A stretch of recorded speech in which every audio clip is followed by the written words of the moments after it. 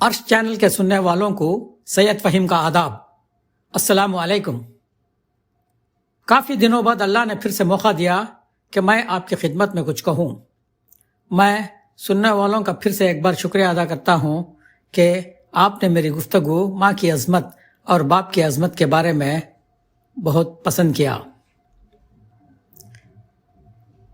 آپ لوگوں نے ایک محاورہ سنا ہوگا، جیسی کرنی ویسی بھرنی۔ جو کرم تم کرو گے اس کا پھل تم کھاؤ گے۔ اچھے کرم کا اچھا بدلہ، برے کرم کا برا بدلہ۔ ایک آدمی ندی کے کنارے کھڑا مچھلیاں پکڑ رہا تھا۔ سارا دن کھڑا رہنے کے بعد شام کو ایک مچھلی پکڑ پایا، اور جب اس کو لے کر گھر جا رہا تھا تو دوسرے شخص نے آ کر اس مچھلی کو چھین لیا۔ اس نے بہت منت سماجت کی، مگر وہ واپس نہیں لے پایا چونکہ وہ اس سے طاقتور تھا۔ واپس گھر خالی ہاتھ لوٹ گیا۔ سارا دن دھوپ میں کھڑے رہنے کے باوجود بھی خالی ہاتھ گھر چلا گیا۔ جس نے مچھلی چھینی تھی وہ اس کو لے جا رہا تھا کہ مچھلی نے اس کی انگلی میں کانٹ ڈالا اور اس کی انگلی سے خون بہنے لگا تو وہ اس کو پھینک کر چلا گیا۔ چند دنوں بعد جب انگلی کا زخم اچھا نہیں ہو پایا تو ڈاکٹر کے پاس گیا تو ڈاکٹر نے کہا کہ انگلی نکالنی پڑے گی۔ آپریشن کر کے انگلی نکالی گئی، اور چند دنوں بعد پھر وہ ڈاکٹر کے پاس آیا اور کہا کہ ابھی بھی درد ہے۔ تو جانچ کے بعد ڈاکٹر نے کہا کہ پنجوں تک زہر پھیل گیا ہے، اس لیے پنجہ نکالنا پڑے گا۔ تو پنجہ نکالا گیا۔ پھر چند دنوں میں جب درد کم نہیں ہوا تو پھر ڈاکٹر کے پاس آیا۔ اب ڈاکٹر نے پھر جانچ کے بعد بتایا کہ اب ہاتھ نکالنا پڑے گا چونکہ زہر وہاں تک پھیل گیا ہے۔ ہسپتال میں جب یہ شخص ڈاکٹر سے بحث کر رہا تھا تو وہاں ایک کھڑے بزرگ نے پوچھا کہ کیا معاملہ ہے۔ سارا معاملہ سننے کے بعد بزرگ نے پوچھا کہ کیا تم نے کبھی کسی سے زبردستی کچھ حاصل کیا؟ تو اس شخص نے کہا کہ ہاں، کسی سے میں نے مچھلی زبردستی چھینی تھی۔ بزرگ نے کہا جاؤ اس شخص سے معافی مانگو اور معاف کر دے تو تم ٹھیک ہو جاؤ گے۔ اس شخص نے اس کو تلاش کیا اور چند دنوں بعد وہ اس کو مل گیا تو اس نے اس سے پوچھا کہ میری یہ حالت ہو گئی ہے، کیا تم نے بدوا دی تھی؟ تو اس نے کہا کہ جب تم مچھلی لے کر چلے گئے تو میں آسمان کی طرف منہ اٹھا کر کہا اس نے اپنی طاقت سے یہ مچھلی چھین لے گیا ہے، تو اپنی طاقت اس کو دکھا دے۔ اس شخص نے اس سے معافی مانگی اور وہ چند دنوں میں اچھا ہو گیا۔ دوستو، ایک اور واقعہ ملاحظہ فرمائیں۔ یہ ایک شخص اپنی سائیکل موٹر پر گھر جا رہا تھا۔ راستے میں بڑے زور کی بارش ہو رہی تھی اور رات بھی کافی ہو چکی تھی۔ راستے میں دور سے وہ دیکھتا ہے کہ ایک کار سڑک کے کنارے کھڑی ہے اور کوئی کار کے پاس کھڑی ہاتھ ہلا رہی تھی۔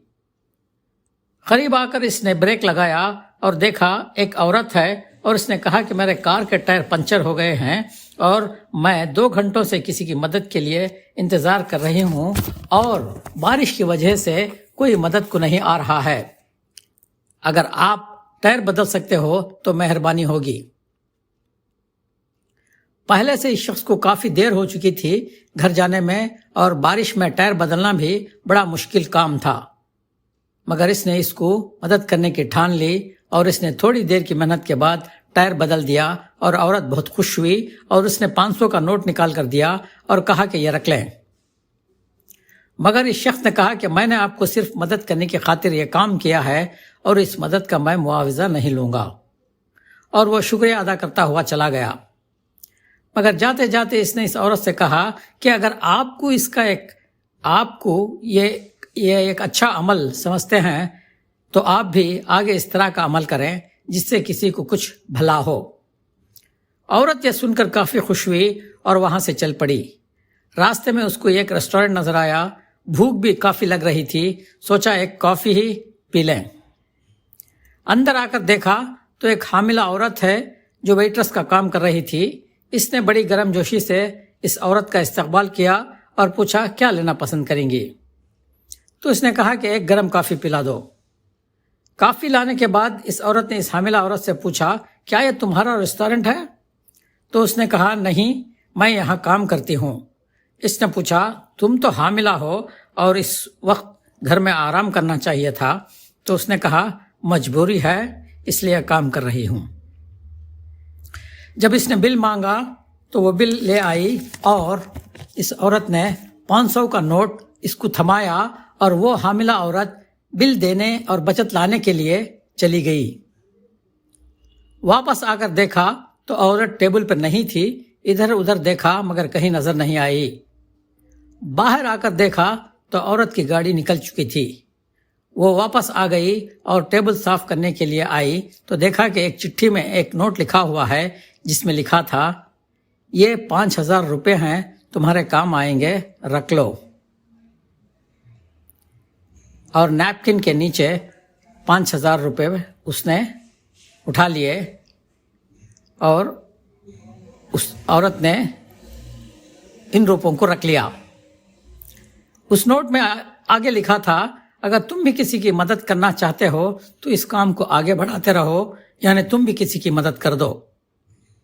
یہ خوش ہو کر پیسے لے کر رات کو گھر واپس آئی اور جب کھانے کے بعد سونے لگی تو شوہر کو کچھ پریشان پایا تو اس نے کہا کہ زچگی کے لیے ہسپتال کے اخراجات کے لیے پریشان نہ ہوں، اور اس نے سارا معاملہ عورت والا اس کو سنا دیا۔ یہ وہی شخص تھا جس نے اس عورت کی ٹائر بدلی تھی۔ دوستو، اس قسم کے واقعات دنیا میں ہر روز ہوتے رہتے ہیں۔ ہم اس سے کیا سبق لیتے ہیں اور ہماری زندگیوں میں کیا اثر پڑتا ہے، یہ بہت ضروری ہے۔ آج ہم یہ فیصلہ کریں کہ جو زندگی بچی ہے اس میں ہم دوسروں کو تکلیف نہ دیں اور دوسروں کی مدد کے لیے ہم تیار رہیں، اور اس فکر کو لے کر زندگی میں آگے بڑھنے میں اللہ ہماری پوری مدد کرے، آمین۔ دوستو، ذرا اس واقعے پر بھی غور کریں۔ 12 فروری 1980 پر ایک سن عیسوی رات کے 12:30 بجے شہر وانمباڑی میں ایک زبردست ٹرین کا حادثہ ہوا۔ یہ ایک ساتھ 3 ٹرینیں آپس میں ٹکرا گئیں۔ ایک سامان والی گاڑی تھی، یعنی گڈس ٹرین، اور ایک ایئرکارڈ ایکسپریس تھی، اور ایک مدراس میل ٹریونڈرم تھی۔ حادثہ بہت زبردست تھا اور بہت سارے لوگوں کی موت ہوئی اور بہت سارے زخمی ہوئے۔ ایکسیڈنٹ کے بعد بہت سارے لوگ جو حادثے کی جگہ کے آس پاس رہتے تھے آ کر لوگوں کو بچانے اور ہسپتال پہنچانے کا کام کر رہے تھے، تو کسی نے ایک بچے کو دیکھا جو اپنا ایک نیا جوتا ہاتھ میں لیے گھوم رہا ہے اور روتا ہوا لوگوں سے پوچھتا ہے کہ میرا برتھ ڈے کا ایک اور جوتا گم ہو گیا ہے، ذرا تلاش کر کے دے دیں۔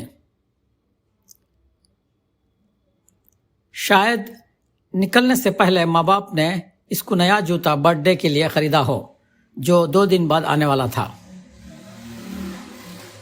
دوستو، ذرا غور کریں اس بچے کی حالت پر جس کا سب کچھ لٹ چکا تھا۔ ماں باپ دونوں مر گئے تھے، اس کا مستقبل بالکل اندھیرا تھا۔ آج کے بعد اس کو اس کی ماں کی گرم گود میسر نہیں، اس کو ناشتہ کرا کر کپڑے پہنا کر اسکول بھیجنے والا نہ رہا، ماں کا سایہ بھی نہیں رہا، باپ کا سایہ بھی نہیں رہا۔ رات سونے سے پہلے اس نے ماں باپ کا چہرہ دیکھا تھا، اور اب پھر حشر کے میدان میں ہی ان کو دیکھ پائے گا، کیونکہ جتنے بھی لاشیں ملیں کسی کا چہرہ پہچانے لائق نہیں تھا۔ اس کی زندگی کا سب کچھ وہی ماں باپ تھے جو حادثے کا شکار ہو چکے تھے۔ اس بچے کو اس کا احساس نہیں تھا کہ اس کی دنیا لٹ چکی ہے، مگر وہ اپنے برتھ ڈے کا جوتا تلاش کرتا پھر رہا تھا۔ آج ہندوستان میں ہی نہیں بلکہ ساری دنیا کے ممالک میں مسلمانوں پر ظلم ہوتا ہے، اور بہت سارے مسائل ہیں جن کو ہم کو حل کرنا ہے۔ بہت ساری جد و جہد کی ضرورت ہے، مگر یہ سب نہ کرنے کی وجہ سے ہم سے ہماری ساری چیزیں چھنتی جا رہی ہیں، اور ہم ہمارے مستقبل سے غافل اس بچے کی طرح اپنا ایک جوتا تلاش کرنے میں لگے ہیں۔ اللہ ہماری غفلت دور کرے اور ہمارے قوم کے مستقبل کو بچانے کی فکر ہم میں بیدار کرے، اور اللہ ہم سب پر کرم کا اور رحم کا معاملہ فرمائے، آمین۔